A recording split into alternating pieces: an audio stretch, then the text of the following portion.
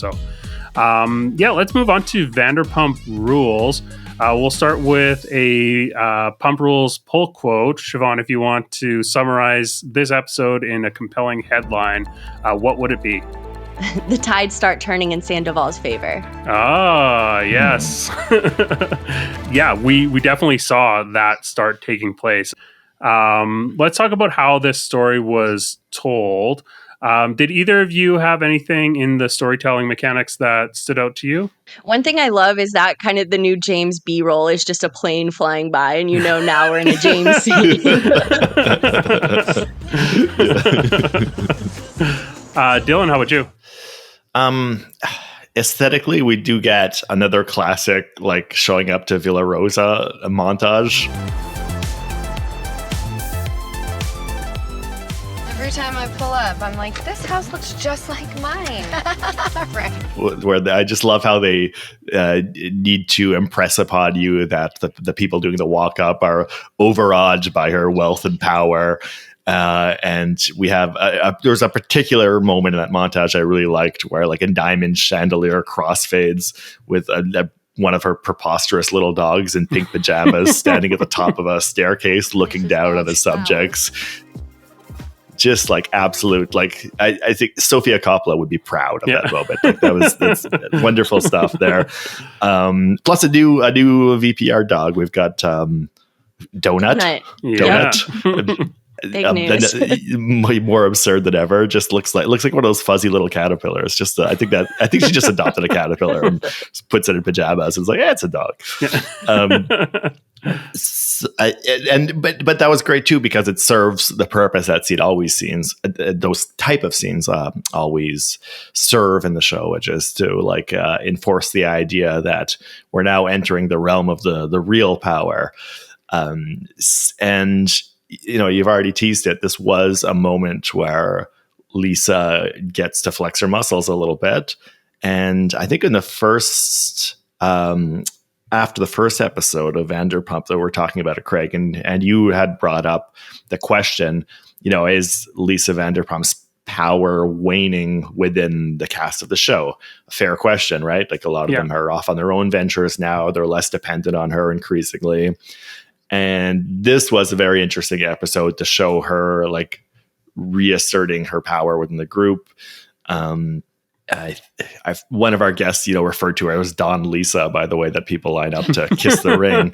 And this was a Don Lisa moment, right? Where, gathering Lala and Scheana and being like, okay, now you're going to start talking to Tom Sandoval. Yeah. You're going to start being nice to him because I told you to. Yeah. It's funny because even the scene that we got between like Brock and Scheana and James and Allie where they're out for dinner, you can kind of see James come to the realization that, he has to be on this team that is going to be bringing Tom Sandoval in because Lisa said so. Like Scheana brings the message from Lisa to him at the table, and you can see him like resolve to the fact that this is the role because the boss says so.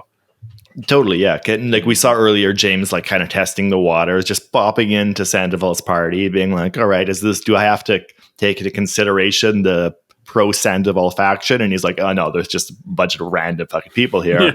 I don't have to think about that at all." And then this moment, he's like, "Okay, I'm starting to realize that Lisa has put her weight behind him.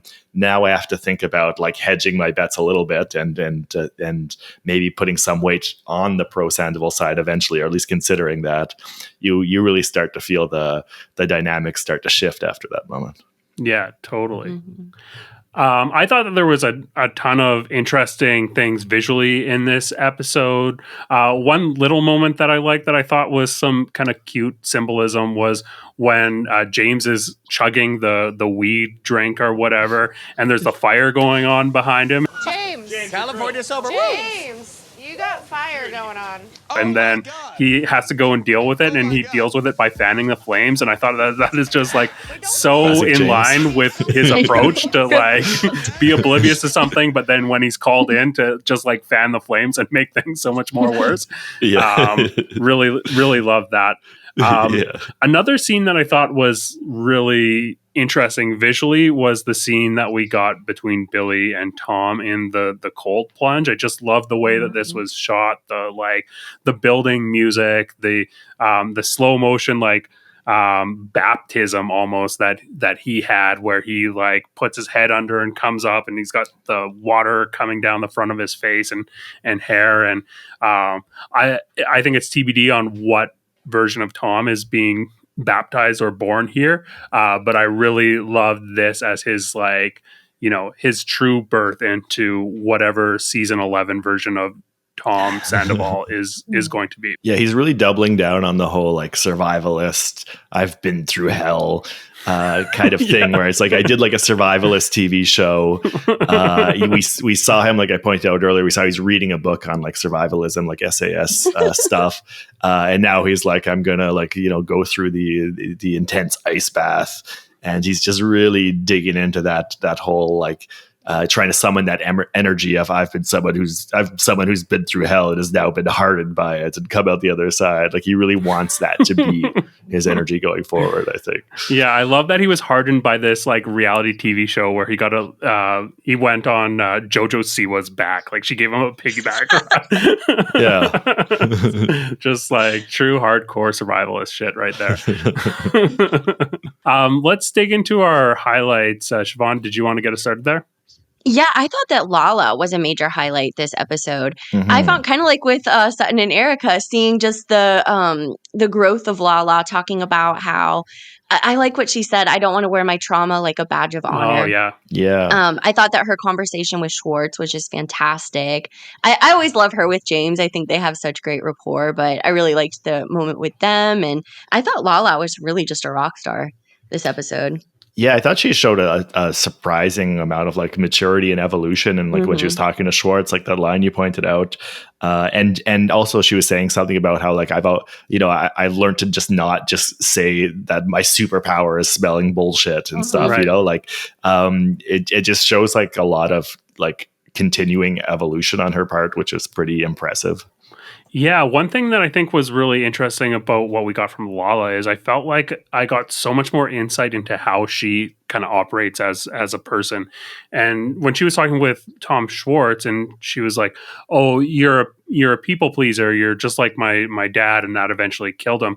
I was reminded of all the different times that we've seen her kind of project Randall onto Tom Sandoval, and she really looks for analogs in her life to compare people to, and almost reduces the person that she's comparing them to whoever she thinks of, and it really colors her her view on the situation. So to see her do that here and see some like growing self-awareness in Lala, I agree. I thought this was a really compelling episode for her. Did you have any other highlights, Siobhan?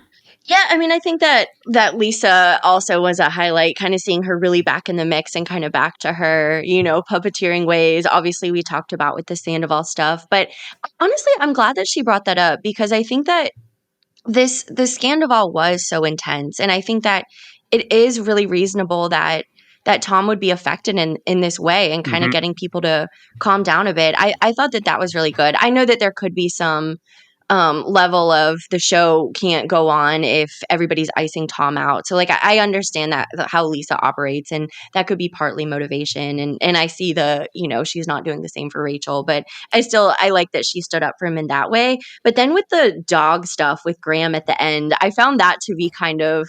Did you guys listen to Rachel's? She did a podcast talking about the dogs, like this whole situation, and kind of like. I don't know. It just, I listened to it a while back and it kind of made me think of the way the show presented it was as if this was this great thing, like the poor dog was dropped off and James is a savior. But in reality, the way Rachel phrased it was that James would often taunt the dog and would encourage these kind of biting behaviors that the dog really did have an issue biting.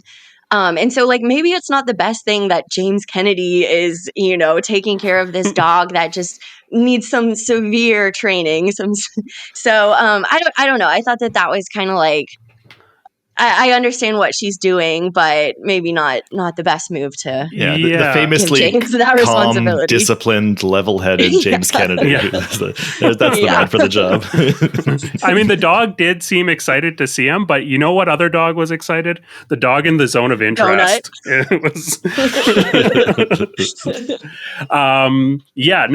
I totally agree. I think like people gave Rachel such a hard time about this decision to turn the dog over to a rescue instead of getting in touch with James. But I think like they didn't really consider the full picture of like how she was being treated by James in that moment. Like, why would you want to re-engage with someone and give them something that is, you know, a potential like piece of leverage to humiliate you more and like turn you into a monster? And yeah, I don't blame her at all for turning Graham over to a rescue.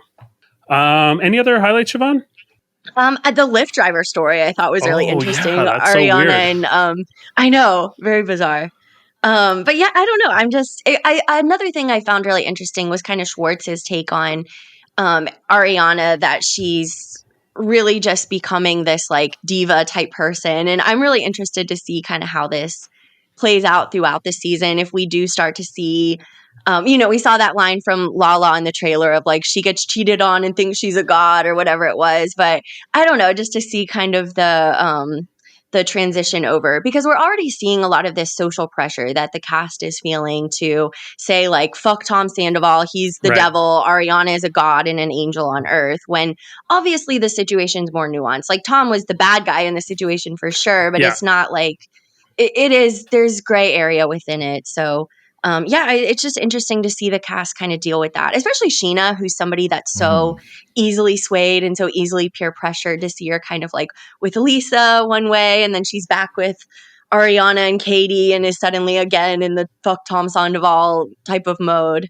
I don't know. It's just an interesting dynamic to me. Yeah, it's going to be interesting to see if we do, like you say, we've had kind of teased, if we do see more people start to kind of resent the way that Ariana's continuing to show like just such a hardline, inflexible attitude. And speaking of Scheana, I one moment that stuck out to me was when Scheana's like, breaking up a bit and saying how hard it is for her to like ice out Sandoval after they've been like good friends for so many years. And Ariana says like, yeah, that wasn't real though. Like your friendship wasn't real. Like that's a pretty harsh thing to say to somebody who's like very emotional about a friendship they've lost. Like it's kind of just invalidating her feelings.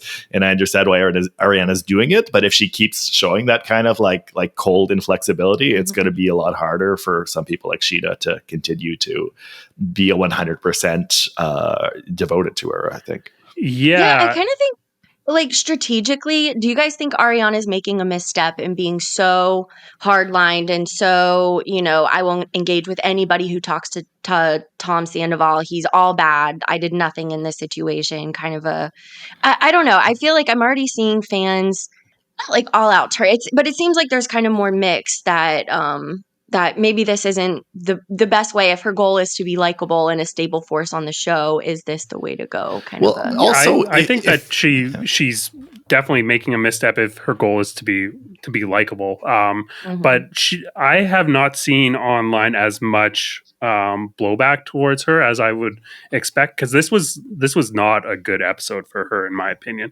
Like when we got that confessional where it's shortly after Scheana is having that conversation in the pool, and she's like, well, Lisa Vanderpump was saying that, Tom Sandoval is having these thoughts of like suicide.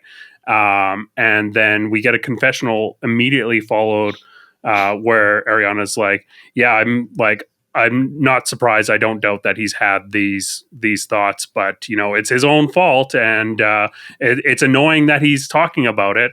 I can understand that maybe he has had some thoughts and some feelings, but like those thoughts and those feelings are based on a situation that he created in which he didn't give a about anybody else's mental health. I know I'm a bitch saying this, but like it just feels a little bit like annoying. It was so like callous, and I was a little shocked that I didn't see anything online responding to that, because like I get like Ariana gets a bit of a pass because she's just like angry, and that anger is something that I think that we need to see on this season.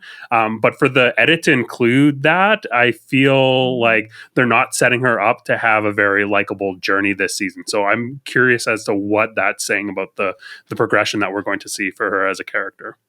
Yeah, and I think even just putting aside questions of likability or strategy for the show, I question that it's the best thing for her to move forward with the next stage of her life when she keeps defining everything in terms of like the rules of like, you know, you're not allowed to talk to Sandoval, and at a certain point she's keeping herself in the box of being like, you know, Sandoval's ex who got cheated on. Like, instead of, I feel like she could be doing more to, and I understand that's easier said than done, but she could be doing more to like, you know, move on to other things in her life. And I think being maybe a little bit more flexible.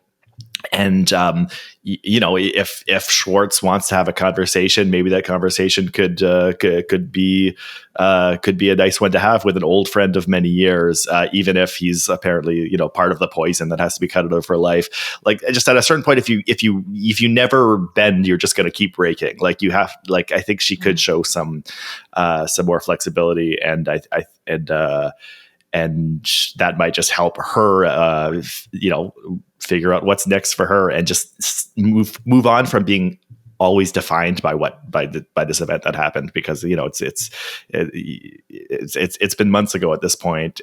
You've got to start making proactive steps to move on with your life. Yeah, something that I have to like remind myself while watching this is that it is filmed a lot closer to the actual event, so that's true. Yeah. It is a bit fresher, but I agree. I think that like Ariana has been taught by this situation that her anger is she's going to win. Like, she keeps winning. The angrier that she gets, the more she keeps winning. And that is like being reinforced by all the opportunities that she's getting, and just her, like, the raising of her profile and all the support. So, it's not surprising to see that she's embracing that anger, and, you know, to see so close to the events and like the environment that she was in at that point, that, you know, she would think, okay, anger is the way to go. That's what people are going to want to see when they turn this on, and not really consider, you know, what the temperature of the crowd might be,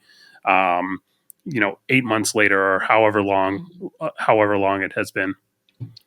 Yeah, and the anger, and I would like to see more anger, because like that's genuine. And we saw in the finale of last season, she was really like talking about her emotions, and it was very powerful and moving. I would like to see more of her like working through her emotions by talking about them, instead of just, you know, kind of laying down rules for other people. If she could, like, you know, if we got maybe there's more of that coming, I hope so, of her just discussing how she's feeling, how she's going through this, because that might be helpful for the audience to understand her better, and maybe be, you know, helpful for her too to help work through things.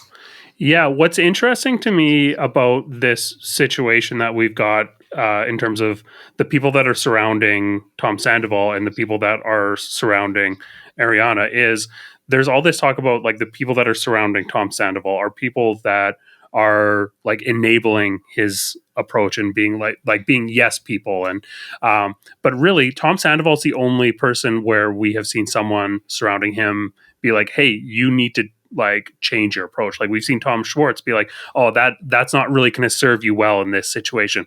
Whereas everyone surrounding Ariana is, you know, on like Team Ariana and just like really just pumping her tires. So I think there's a bit of a contrast there. I feel like as the season goes on, that might change a little bit.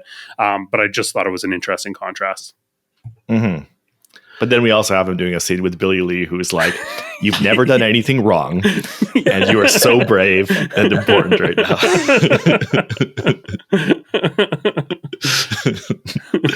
Though, you know what, I do like I said this last episode, I like having Billy back. I'm glad she's back. We do need a cast member in fully in Sandoval's court. So if that's the role she's going to fill, I you know, it's good to have somebody in that role. I'm happy to have her back. I want more of her perspective, though. Why don't we have a confessional? Why don't we have a Billy confessional? Yeah. Maybe we'll get one later, but it's weird to me we didn't have that this episode. We had a couple instances of confessional from Allie. Yeah. Who gives a fuck what Allie thinks? Sorry, Allie, but I mean, you're 16. I want to know. I want to hear Billy explaining why she's decided to be Sandoval's close friend right now. I want to hear her talk about that. You know what? I want to see her confessional. Yeah, totally. Siobhan, did you have any other highlights from Vanderpump Rules? Yeah, I feel like we're missing hearing Tom talk about how much he loves Raquel and still like how heartbroken he is that she's not calling him back or didn't call on his birthday. I feel like we never really got to see them together. I feel like we're missing some context of really the dynamic in their relationship. We only really got that one scene in the fantastic finale last season, but it was still awkward. It was they're dealing with more like we've gotten caught kind of a thing. Because I just feel like we're missing some context of the love that he has for her. Yeah, because he even says this episode, the hanging out was the best part. It wasn't just, the physical relationship that we had. So yeah, you're right. I feel like it would have definitely added a lot more to this if we would have seen him and Raquel together. Dylan, what are your highlights here? Yeah, we've mostly covered the big ones. Another funny episode from Schwartz for me, who's just the most awkward man right now. I love his awkwardness at the pool party while wearing like the stupidest fucking glasses in the world. It's rare to be sitting next to Lala and be like, "Oh, you're the one with the stupid glasses." Like, how do you have stupider glasses than Lala does right now? Like,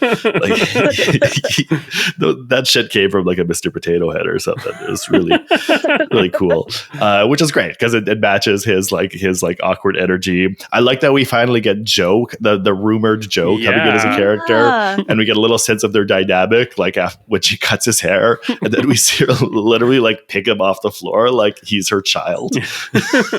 I love that their banter, like it feels like people that just quote The Office back and forth at each other or whatever, like that sort of vibe. Yeah, it's such like stoner roommates vibes. Yeah, which is exactly. and that's where Schwartz like thrives, right? Totally. So you can see why he's like, this is my comfort zone, Yeah. Whereas and no shade else, against like comfort zone now. Stoner roommates. Like Dylan and I have been stoner roommates. So. And look where we are now. Yeah, exactly. We have a podcast. Exactly. Kids, never let go of your dreams. That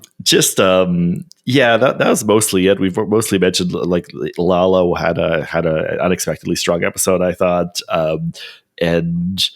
It just to circle back to that story about the Lyft driver, did anybody else find it funny that Katie was like how did this guy never heard of like who you guys are? Like, have you ever heard of Reddit? Yeah. Like, why did she immediately reach to like Reddit as like, is that like the main source of Vanderpump News? Is that? I don't know. Is Katie just like a big Redditor? I can see her being a big Redditor. Yeah, I can see that too. Actually, maybe that's. I think Reddit has one of the better fan communities for Bravo, in my opinion. Definitely. Like, I really enjoy the conversation. It's got a bit more nuance, the perspective there. So I'm glad to see her reach out, and that might be like the fact that it's kind of got a more balanced perspective might be why she went to that, because I feel like Katie has been like the punching bag of Vanderpump Rules when Vanderpump Rules was boring everyone. Like, piles on Katie, like, what does she bring to the table? She's so boring or whatever. You hear a lot of that on like fan discourse where like I feel like Katie has been this like really consistent, like numbing, she's like the pea under all the mattresses in Vanderpump Rules that really like agitates things, and this constant like nuisance that's like ratcheting up the tension because she's just like, she can be so unhappy and like turn on a dime, and she adds a lot to the tension that I think she doesn't get credit for on a lot of fan forums. So I'm not surprised to see her reach for a fan community that I feel is a bit more balanced than some of the other ones. I like that. I like seeing her and Ariana getting to really forge a friendship. I feel like they're incredibly compatible as friends. They both, or it will go into the negative and like, are kind of complainer type people. But I feel like so much throughout I've been rewatching, I'm on about like season 4 or 5, and just seeing them like sometimes get close to being friends, and then Katie gets pulled back in with Kristen and Stassi. I just feel like Katie and Ariana have such compatible energy. I'm glad to see them forge a real friendship. Yeah, I like it too. I think that they are a force to be reckoned with together. Like, there's definitely a lot of chaos that they could cause. And Katie's good to be that strongest person for Ariana, because she'll really give in to the like, yeah, fuck Tom. Like he, like nobody can hang out with us if they hang out with him. She'll like really, really, cheerlead that type of. She's preparing ideology. her whole life for this moment. Yeah. Yeah. She is shining. Yeah. I think we covered most of the highlights that I had down, but I did want to talk a little bit about one thing that Tom Sandoval brought up. I was trying to figure out, like, why is Tom Sandoval so angry at Scheana and Lala? Because anytime they came up, it was hard for me to figure out what was like driving his anger. And when he said like Scheana and Lala taught the nation how to treat me, I was like, oh, there it is. That makes complete sense. That brings everything together. And also it kind of colored my perspective on, why Lisa Vanderpump chose Scheana and Lala as to be the people that are trying to like drive this change in the tide. Like, it's Lisa Vanderpump playing 3D chess like she always does. She like could identify who the real thought leaders of the Team Ariana community are and keyed in on them and is using them to initiate a shift in perspective. I thought that was a really compelling insight. Yeah, and I also can see from his perspective just how much they profited off of his pain. Like, I can see that being. I would feel some type of way if I was Tom and they're buying a new beach house or whatever it was that Lala bought based off of merch from the situation. Like, I don't know. Totally. I get it from their perspective. If I could profit off of it, I would have too. But, like, I can see that being a little I think like when he had that quote, like, oh, sorry for giving you all the material for your podcast and the sweater line, like that came from a true place in his heart. Like he does resent them for that. I loved on social media this week that we got Rachel putting out a reel for her 10th episode of the podcast where she like has a clip where Lala and Scheana are going back and forth on some podcasts being like, oh yeah, well, who's going to want to listen to her podcast after 10 episodes? People are going to get tired about hearing about Tom Sandoval. And then it's just this like fast forward reel of all these mentions that Scheana has done on her podcast of Tom Sandoval. I thought it was just like such a great way to shade her. Well done. Yeah. Let's go into our picks for this episode. Siobhan, who are your 3 stars? Oh, okay. Lisa Vanderpump, really great operating, both for the positive and for the negative, but superstar performance. I'm going to say Lala, of course. I thought that she, as we talked about, was just fantastic this episode. And then I'm going to say Tom Schwartz. I thought that he was a lot of fun this episode. I loved the bringing Allie the plant, and she's like, oh my God, like enough of the plants. Yeah. I thought that was great, and kind of working on, organizing this trip for them and kind of working on integrating Sandoval back into the group. Yeah, totally. Dylan, how about you? Who are your picks? Yeah, it's going to be pretty similar. I agree with that. I got to go number 1, Elisa. She's making it happen. She's reconfiguring the group. Number 2, let's go with Lala. She's been strong this season. It's been a good start for her. And number 3, Donut. Shout out to Donut. Oh, okay, yeah. My number 1 pick is going to be Lisa Vanderpump as well.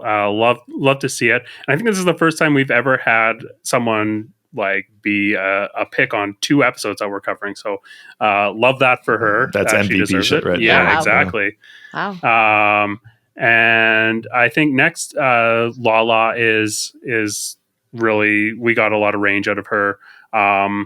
I want to give my 3rd pick to Tom Sandoval, but I might need to give it to Butter Bay, the Butter Bay baby, James. No, I'll give it to Tom Sandoval. I think that like we're seeing a lot of his motivation, and it's still like what I want to see on the show. Like I'm waiting for another Tom scene to like get more of that. So got to give him a star for that.